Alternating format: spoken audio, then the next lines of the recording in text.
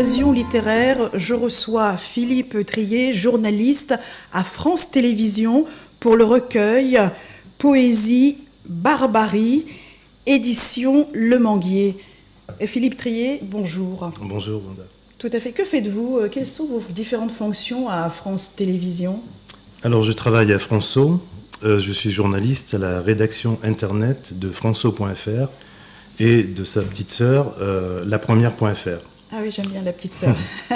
Vous êtes d'origine martiniquaise? Tout à fait, oui. Très bien. Ça, c'est votre premier recueil, Barbarie, avec les dessins de Romain Ganer. Dans ce recueil, il y a 3 fragments. Expliquez-nous la participation de la romancière Gertrude Tambury. Ah, qu'est-ce qu'elle fait? C'est Gerty Tambury. Elle intervient dans votre ouvrage? Non, elle n'intervient pas du tout. Parce que je vois que vous la remerciez avec beaucoup d'éloquence. Oui, je lui ai fait une petite dédicace parce que tout d'abord c'est une amie, disons un peu ma marraine en littérature, et j'admire beaucoup son travail. Elle habite à Montreuil également comme moi. Donc voilà, c'est un petit clin d'œil, on va dire. Un petit clin d'œil, et elle a lu, elle a parcouru aussi ces différentes Oui, poésies. bien sûr, elle a parcouru. Oui, tout à fait. Parfait. Oui. Il y en a 38 ou 40 si une quarantaine, 38 ou 39. Oui. Votre collaboration avec Romain Ganer, comment ça s'est passé cette rencontre? Alors, en fait, Romain Ganer est un peintre guadeloupéen que je connais depuis longtemps.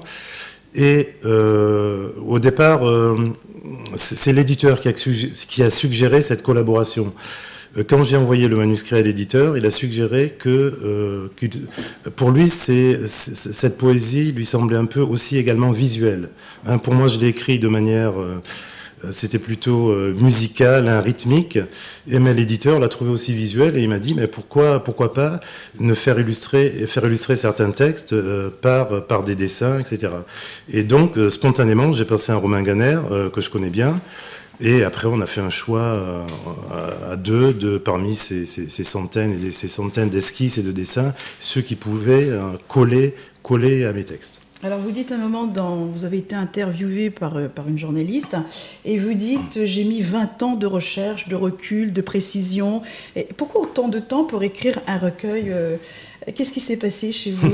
Quel était le moment où vous avez décidé de l'éditer? En fait, oui, ça représente 20 ans d'écriture, on va dire. C'était des manuscrits, des textes un peu épars. Des textes épars, oui, c'est le mot qu'il faut employer, je crois. Et que j'ai repris, en fait. Et je me suis dit, parce que j'écris assez souvent, un peu tout le temps, sur des bouts de papier, un peu partout. Voilà, oui. Donc pas seulement, disons que j'ai fait un peu ça pour m'évader. Hein. Je n'écris pas seulement des articles journalistiques, mais j'écris des petites choses comme ça, de la poésie ou d'autres, hein, un peu pour m'évader. Et donc j'avais tous ces bouts de papier, ces fragments qui étaient éparpillés, et je me suis dit pourquoi pas faire une sélection, en regrouper quelques-uns et essayer de les publier, ce qui s'est passé. Donc j'avais des centaines en fait de textes que j'ai triés, sélectionnés de manière assez radicale, drastique, hein, parce qu'il a fallu faire un choix, et j'en ai retenu une quarantaine donc, qui ont été acceptés par l'éditeur. Mais je trouve que 20 ans, ça fait beaucoup dans le temps. Oui, ça fait beaucoup, mais voilà. Parce que vous n'étiez pas prêt. Non, c'est pas que j'avoue que je n'y avais même pas pensé. Ah voilà, j'aime mieux cette notion du temps, principalement. Alors on va parler maintenant Barbarie, Équinoxe, Bribe. Premièrement, je vais parler de votre écriture. Alors vous avez une écriture assez acerbe, un peu écorché vif, à la fois sensuelle, à la fois théâtrale, même je dirais agonisant. Dans quel état vous êtes ? Dans quel état le lecteur doit se trouver avec votre écriture?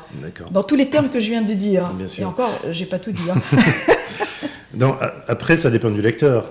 Chaque lecteur a sa personnalité, donc il va recevoir le texte de la manière, voilà, de sa manière propre. Moi, alors, je l'ai écrit. Il faut savoir que ça regroupe 20 ans. C'est sur une vingtaine d'années, donc dans des états d'âme différents. Ce recueil est divisé en 3 parties, donc Barbarie, Bribe, Équinoxe. Je veux dire que Barbarie, c'est plutôt... Parlez-moi d'abord de votre écriture. D'accord. Alors, voilà. Moi, je vous ai dit les termes. Alors, théâtre agonisant, il y a de la philosophie, il y a un côté sensuel, il y a un écorché vif, il y a une écriture acerbe. Tout ça, c'est vous. Oui, tout ça c'est moi, oui, tout à fait, tout à fait. Mais encore une fois, je prends aussi il faut prendre encore une fois la notion de temps, parce que tout ça, ça a été écrit à certaines périodes différentes, à certains moments de ma vie, donc avec des expériences aussi particulières, qui fait que quelque chose qui a écrit, par exemple, que j'ai écrit il y a 5 ans, n'aura pas la même résonance que quelque chose qui a écrit il y a 3 mois ou il y a 20 ans. Très bien. Alors, barbarie maintenant. Oui. Merci d'avoir répondu à ma question. Barbarie, c'est l'absence de civilisation, la cruauté extrême, la destructive, l'humanité, l'inhumain, le diagnostic du monde. Vous faites votre diagnostic de vous-même, de ce monde, de la barbarie? Oui, tout à fait, oui. Vous êtes médecin? Non. Je veux dire, médecin de l'écriture, médecin du monde. Voilà, hein, c'est ça, exactement. Oui, je médecin reconnais. de l'histoire aussi. Je reconnais que c'est une vision sombre et pessimiste un peu du monde dans lequel on vit, hein, et de l'évolution aussi de ce monde. Et d'ailleurs, je tiens à préciser que le titre Barbarie, en fait, a été choisi après les événements du 13 novembre, hein, donc les attaques terroristes sur la région parisienne. Parce qu'au départ, je pensais intituler le recueil Bribes, donc qui correspondait à divers fragments, divers éparts de vie, de ma vie, voilà, et de l'environnement dans lequel j'étais. Et après ce qui s'est passé, j'ai choisi le titre de Barbarie. Bon, Barbarie d'ailleurs, qui est une partie du recueil, mais après ce qui s'est passé, j'ai tenu à ce que le titre devienne Barbarie. Et avec un dessin aussi qui illustre très noir, bien, toujours, voilà, oui, c'est ça, donc un homme à terre blessé, qui illustre un peu, voilà, tout ce qui s'est passé. De l'ardoise, du crayon, enfin, il a été vraiment dans des mots très forts.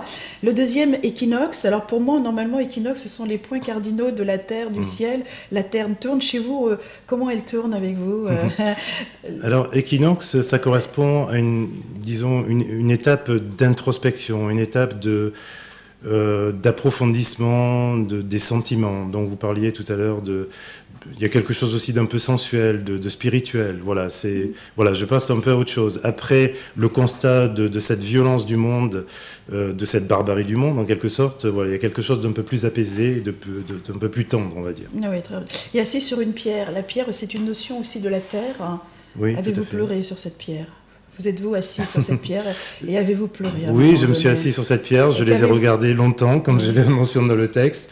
Oui. Et voilà, ça renvoie toujours à ce moment de réflexion introspective. Oui. Cette notion de terre quand même, oui. Terre, ciel, l'univers. Oui. Et pour terminer, Bribes, alors Bribes c'est autre chose. Là, c'est la solitude, vous partez, l'éloignement, l'errance avec vous-même. Et toujours cette communion de la nature aussi. Tout à fait, oui. Ça, vous le dites extrêmement bien. Il y a cette errance, il y a cette perte aussi, parce que je parle d'amour et d'amour perdu. Voilà, cette solitude, c'est un peu ça aussi. Selon vous, l'ADN de l'écriture, votre ADN, pour avoir écrit ce recueil 20 ans après, vous dites qu'à un moment donné, la poésie, on l'oublie, on ne lit plus. Selon vous, l'ADN, qu'est-ce que ce serait dans la poésie multiple et diverse, dans cette diversité culturelle? L'ADN. Hein. D'accord, j'ai bien compris. L'ADN, c'est la possibilité de s'exprimer, c'est le choix et la possibilité et la liberté de s'exprimer, de pouvoir dire tout ce qu'on pense dans la langue qu'on veut, que ce soit le français, que ce soit en créole, que ce soit en anglais, voilà. C'est cette liberté fondamentale pour moi, l'ADN de la poésie. Alors selon vous, pourquoi cette poésie s'oublie? Pourquoi on ne lit plus? Parce que moi, je vois, il y a plein d'auteurs qui sont extrêmement couronnés, qui ont reçu des prix littéraires en poésie. Pourquoi avoir cette notion de l'oubli?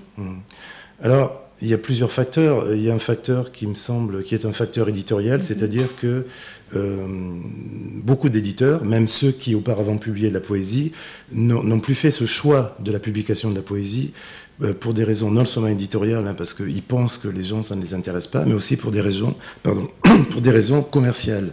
Alors que, paradoxalement, la poésie était un art majeur avant, je veux dire, il y a deux siècles ou un siècle, la poésie était un art majeur. Dans certains pays, la poésie est également beaucoup mieux considérée que dans d'autres. Je pense aux États-Unis, par exemple, où j'ai fait une partie de mes études.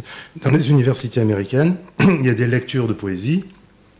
Les auteurs viennent, débattent avec les étudiants, font des lectures dans des amphithéâtres. Donc voilà, après, il y a toute une culture peut-être aussi à revoir, qui est la nôtre, moins baser les choses sur le commercial et revenir aux choses qui sont un peu plus fondamentales. Aimé Césaire vous a inspiré aussi pour Barbarie ou pas?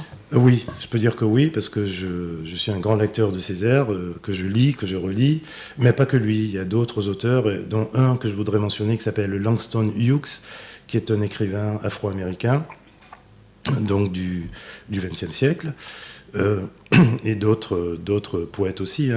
Par exemple, je pense à Édouard Glissant, Claude Mackay, un autre poète américain, etc.